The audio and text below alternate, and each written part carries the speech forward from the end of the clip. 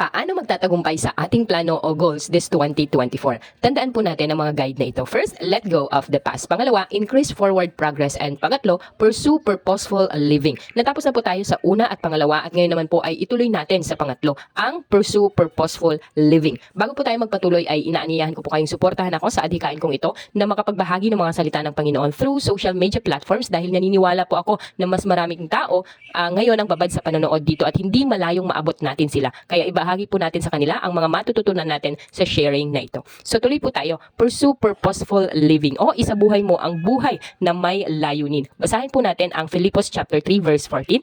Nagpupunyagi ako patungo sa hangganan upang makamtan ang gantimpala ng pagkatawag sa akin ng Diyos sa pamamagitan ni Kristo Jesus, ang buhay na nasa langit. Ang sabi dito ay nagpupunyagi si Pablo para makamtan ang gantimpala ng pagkatawag sa kanya ng Diyos sa pamamagitan ni Kristo Jesus. Kapatid, kung ikaw ay nanampalataya sa Panginoong Jesus at ikaw ay nakipag-isa na sa Kanya, ikaw ay kasama sa mga tinawag ng Diyos. Ang ibig sabihin ay merong purpose ang Diyos sa iyong buhay at ito yung inaasahan ng Diyos na tutuparin mo. Kaya nga kung gusto mong pagtagumpayan ang mga plano mo ngayong taon na to, 2024, ay kailangan mong isabuhay ang buhay na may layunin. Now, maaaring tinatanong mo, paano ko ba malalaman yung purpose ng Diyos sa buhay ko? Kapatid, kailangan mong suriin ang iyong sarili kung nasaan ang passion mo. Ano ang mga bagay na ginagawa mo na kung saan ay nakakaramdam ka ng kaligayahan. Alamin mo din kung ano ang mga talent na meron ka at pag-isipan mong mabuti kung saan mo gagamitin yung mga talents na binigay ng Diyos sa iyo. Pwede ang talent mo ay tungkol sa iyong trabaho o kaya patungkol sa iyong hobbies. Tingnan mo kung paano mo ito magagamit para sa Diyos. Tapos tanungin mo yung mga tao na nakapaligid sa iyo at hingin mo yung kanilang feedback at ideas at ang pinaka-importante ay kapag nakita mo na kung saan ang passion mo ay gamitin mo ito agad para makapaglingkod sa Panginoon. Now, ito yung nakakalungkot kasi kadalasan nagsisimula tayo sa kung anong plano natin para sa ating future. Tuwang-tuwa tayo at excited sa ating mga plano na hindi naman natin kasama ang Diyos sa mga ito. Kaya minsan nadidisappoint tayo kapag pumalpak kasi naman hindi natin kasama ang Diyos nung tayo ay nagpaplano. Kapatid, huwag kang maghanap ng purpose mo sa maling lugar. Kung hindi, hanapin mo ang purpose mo sa Diyos. Kilalanin mo ang Diyos at hayaan mong siya ang maggabay sa iyo patungkol sa mga kakayahan na pinagkaloob niya sa iyo na pwede mong gamitin para sa kanyang kaharian. Alam mo, kapag natagpuan mo ang purpose mo sa buhay ay parang may natanggal na mabigat na bagay sa buhay mo na nagpapabagal ng iyong lakad. Kasi malaya mo nang magagawa yung design ng Diyos para sa iyo. Makakaiwas ka sa complicated na buhay kasi alam mo na yung priority mo. Matututo ka ng tanggihan ang mga bagay na wala namang kinalaman sa purpose ng Diyos sa iyo. Kaya nga, umpisahan natin na kausapin ang Diyos araw-araw at hingin natin sa Kanya yung Kanyang direksyon para sa buhay natin at isabuhay natin ito araw-araw. Pursue purposeful living. Alam nating lahat na ang Panginoong Jesus ay natupad niya ang Kanyang purpose dito sa lupa. May mga tao na nauna sa atin na nagpakita na posible nating matupad yung purpose na binigay sa atin ng Diyos sa kabila ng mga failures, hurts o kawalan ng kakayahan. Isa na rito ang Panginoong Jesus. Natupad niya ang kanyang purpose na hanapin ang mga naliligaw at iniligtas sa mga ito. Tinupad niya ang mga bagay na hindi natin kayang gawin at sinakripisyo niya ang kanyang sarili para bayaran ang ating mga kasalanan. Tinupad niya ang kanyang purpose na maging savior ng sanlibutan. At dahil dito ay kung sino man ang mananampalataya sa kanya ay hindi mapapahamak kundi magkakaroon ng buhay na walang hanggan. Si John the Baptist ay tinupad din ang purpose ng kanyang buhay. Ang sabi sa Bible ay, ang purpose ni John ay ihanda ang dadaanan ng Panginoong Jesus. Siya ang mananawagan ng pagsisisi sa mga tao. Siya ang maghahanda ng puso ng mga tao para sa pagdating ng Panginoong Jesus. Ibig sabihin, dadalhin niya ang mga tao papunta sa Panginoong Jesus at hindi sa kanya. Na ang purpose niya ay hindi para itaas ang kanyang sarili, kung hindi para maluwalhati ang Panginoong Jesus. Si Moses, na-fulfill niya ang purpose ng Diyos sa buhay niya. Ang purpose niya ay para pangunahan ng mga Israelita at dalhin sila sa Promised Land. Alam niya na kulang ang kanyang kakayahan. Feeling niya hindi siya ready o karapat-dapat sa purpose na ito. Pero binigyan siya ng kakayahan ng Diyos at ginamit siya nito. Ang ginawa lamang niya ay humakbang ng may pananampalataya. At dahil dito ay napagtagumpayan niya ang kanyang takot at naging matagumpay. Matagumpay siya na tuparin ang purpose ng Diyos sa buhay niya. Kapatid, maaaring sinasabi mo ngayon, hindi naman ako kasing galing ng Panginoong Jesus, ni John the Baptist o ni Moses at ng iba pa. Hindi ko kayang maglingkod. Hindi ako magagamit ng Diyos sa kanyang kaharian. Kapatid, kaya kang gamitin ng Diyos. Ang kailangan lang niya sa iyo ay ang commitment at pagtitiwala mo sa Kanya.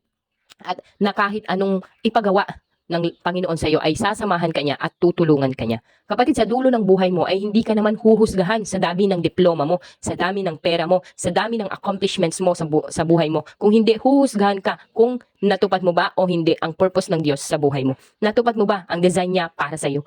Kapatid, suriin mo ang iyong sarili kasi merong mga palatandaan para malaman mo kung hindi mo sinasabuhay ang buhay na may layunin. Tandaan po natin ang 5 signs na to. 5 signs that you may not be living in God's purpose. First, you're living in sin. Alam mo na hindi mo sinasabuhay ang purpose ng Diyos sa'yo kung nananatili ka sa lifestyle ng kasalanan. Hindi ko sinabi na nahuhulog ka pa rin sa kasalanan kasi hindi naman talaga tayo magiging perfect. Pero ang sinasabi ko ay yung kung lifestyle mo na talaga yung kasalanan na yan at ayaw mong i-give up kahit alam mo na obvious naman na ang kalooban ng Diyos sa iyo ay hindi mo magagawa ang layunin ng Panginoon sa iyo at makakaramdam ka ng kawalan ng purpose at satisfaction sa iyong buhay. Pangalawa, malalaman mo na hindi mo nagagawa ang purpose ng Diyos sa buhay mo if you lack joy and excitement. Kapag gumising ka sa umaga at palagi kang tinatamad, hindi ka interesado sa buhay, wala kang motivation, wala kang passion sa mga bagay o kaya meron kang anxiety, natatakot ka sa maaaring mangyari o kaya naman bored ka sa buhay. Kapatid, maaaring hindi mo nagagawa ang purpose ng Diyos para sa buhay mo. Totoo na minsan may mga pagkakataon talaga na dadaan tayo sa mga difficulties and challenges ng buhay. Pero in general, magkakaroon pa rin ng joy and excitement para sa araw na iyon kung natutupad natin ang purpose ng Diyos para sa ating buhay. Sabi ni John Piper sa kanyang librong Desiring God, the pursuit of joy in God is not optional. It is not an extra that a person might grow into after he comes to faith. Pangatlo na pwedeng palatandaan na hindi mo natutupad ang purpose ng Diyos sa iyo ay, third, you don't feel much fulfillment in life. Dumadaan ang araw na parang hindi ka nakakaramdam ng fulfillment. Halimbawa, kapag nagawa mo ang isang bagay na kung saan nagamit mo ang iyong skill at passion ay magkakaroon ka ng fulfillment. Halimbawa sa isang relasyon, nagawa mong magbigay at tumanggap, nagawa mong tumulong, or nagkaroon ka ng sense of fulfillment. Halimbawa, ang buhay mo ay nagiging inspirasyon para sa iba, nagkakaroon ng impact ang buhay mo para makilala ng mga tao ang Panginoong Jesus, ay magkakaroon ka ng fulfillment. Kapag ang buhay mo ay nagkaroon ng pagbabago na nagiging dahilan para maniwala ang mga mahal mo sa buhay sa Diyos, ay nagkakaroon ka ng sense of fulfillment. Pero kung ang majority ng buhay mo ay feeling mo parang boring, kapatid, maaaring hindi mo nagagawa ang purpose ng Diyos para sa iyong buhay. Pang-apat, maaaring hindi mo nagagawa ang layunin ng Diyos sa iyo if you feel stuck. Kapag feeling mo ay natrap ka na sa isang kalagayan, maaaring gusto mong magbago yung kalagayan mo, pero paikot-ikot ka lang dyan at hindi ka umaalis at frustrated ka na tuloy sa buhay. Kapatid, maaaring yan ay isang palatandaan na hindi ka lumalakad sa purpose ng Diyos para sa buhay mo. And fifth or panglima, you have no direction. Kapag hindi mo alam ang layunin ng Diyos sa buhay mo, ay makakaramdam ka ng kawalan ng direksyon. Makakaramdam ka ng kawalan ng focus. Hindi mo alam kung saan ka tutungo. Hindi mo alam kung paano nagtapos ang araw mo. Walang nagbibigay ng excitement sa'yo. Wala kang specific goals na gusto mong ma-accomplish para sa Diyos. Kaya kapatid, maaaring hindi ka namumuhay ayon sa layunin ng Diyos sa buhay mo. Kaya nga, panatilihin natin ang focus natin sa Panginoong Jesus na nagbibigay ng purpose sa ating buhay. Ikaw at ako ay pwedeng mag-focus sa isa o dalawang bagay ngayong linggo na ito. Maaaring mag-focus ka sa mga pangit na pangyayari sa buhay mo, sa mga trials, sa mga temptations, o maaaring mag-focus tayo sa Panginoong Jesus at sa kanyang mga salita. Dalangin ko na mag-focus tayo sa Panginoong Jesus at sa kanyang mga salita. At kapag ginagawa natin ito, ay magagawa natin ang purpose niya para sa atin.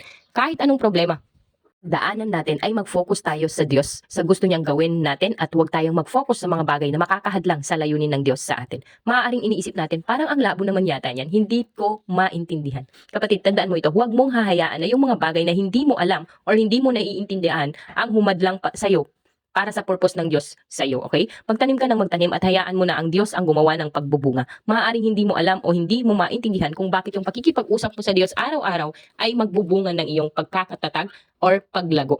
Kaibigan, maaaring hindi mo nakikita, hindi mo maintindihan ang isang bagay, pero kung ito ay sinabi ng salita ng Diyos, ay pagtiwalaan mo at sundin at hayaan mo na ang Diyos ang kumilos para sa resulta. Huwag mong hayaan na ang hindi mo alam ang humadlang sa layunin ng Diyos sa iyong buhay. Kung gusto mong maging kalarawan ng Panginoong Jesus, ay makipag-usap ka sa Kanya araw-araw. Baka man hindi mo maintindihan, ay tuloy-tuloy mo lang itong gawin at makikita mo isang araw ay unti-unti ka nang binabago ng Diyos. Tandaan mo ito, obedience is our job. Outcome is God's job. Kaya nga, kapatid, isabuhay natin ang buhay na may layunin. Araw-araw magtanim tayo ng magtanim at hayaan natin na isang araw ay pabungahin ito ng Diyos. Hindi ko alam kung ano ang inuutos sa'yo ng Diyos ngayon. Pwedeng ito ay pagsali sa isang discipleship group. Pwedeng ito ay pagpapaunlad ng relasyon mo sa iyong asawa. Pwedeng ito ay hamon sa iyo ng magbahagi ng mabuting balita sa iyong tatay or nanay o mga kapatid. Maaaring sinabi ng Diyos sa iyo na simulan mong tanungin ang mga kasamahan mo sa trabaho kung ano ang pwede mong ipanalangin sa kanila. O kaya maaaring sinasabi sa iyo ng Diyos na palalimin mo ang iyong pagkakilala sa Kanya. Minsan nakakaligtaan natin yung totoong purpose natin sa buhay. Maaaring meron tayong problema o challenges sa buhay o sa kabaligtaran, naging busy na tayo sa pagkita na or paghahanap ng pera at nawala na sa isip natin yung totoong purpose ng buhay natin. Na minahal tayo at niligtas ng Diyos at inaasahan niyang mamahalin din natin siya ng buong puso. Kaya lang hindi natin siya nakikita at hindi natin pinapakinggan dahil nawala na ang desire sa puso natin para sa Kanya. Iba na ang naging laman ng ating puso. Araw-araw sinasabi niya sa atin, anak, andito ako, kausapin mo ako.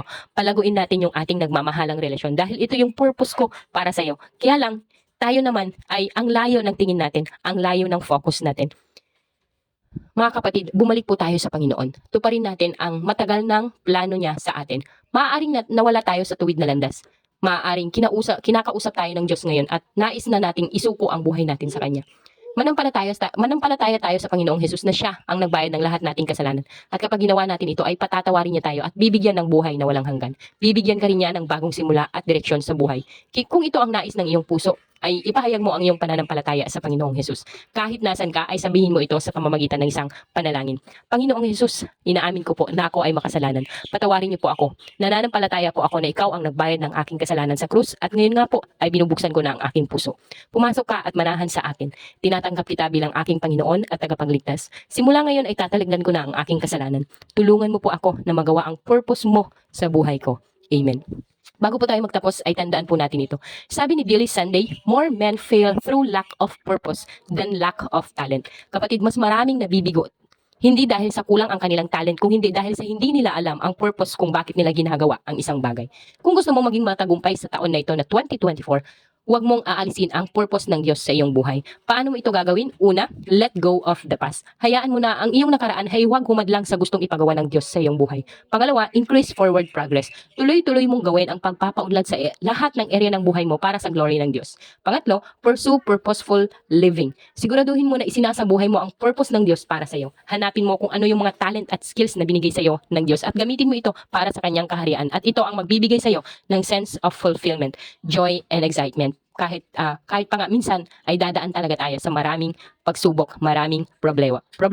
Nawa po ay napagpala kayo sa sharing natin today. Kung ikaw po ay na-bless at natuto, ay nakikiusap po akong ibahagi mo ito sa iyong mga kakilala upang sila din ay mapagpala. Huwag po din natin kalimutang mag-subscribe sa ating YouTube channel, ang Bacanais Mini Farm, at pahit na din po ng notification bell para po makasubaybay tayo sa mga susunod pa nating mga sharings patungkol sa mga salita ng Panginoong Jesus. Okay? God bless po!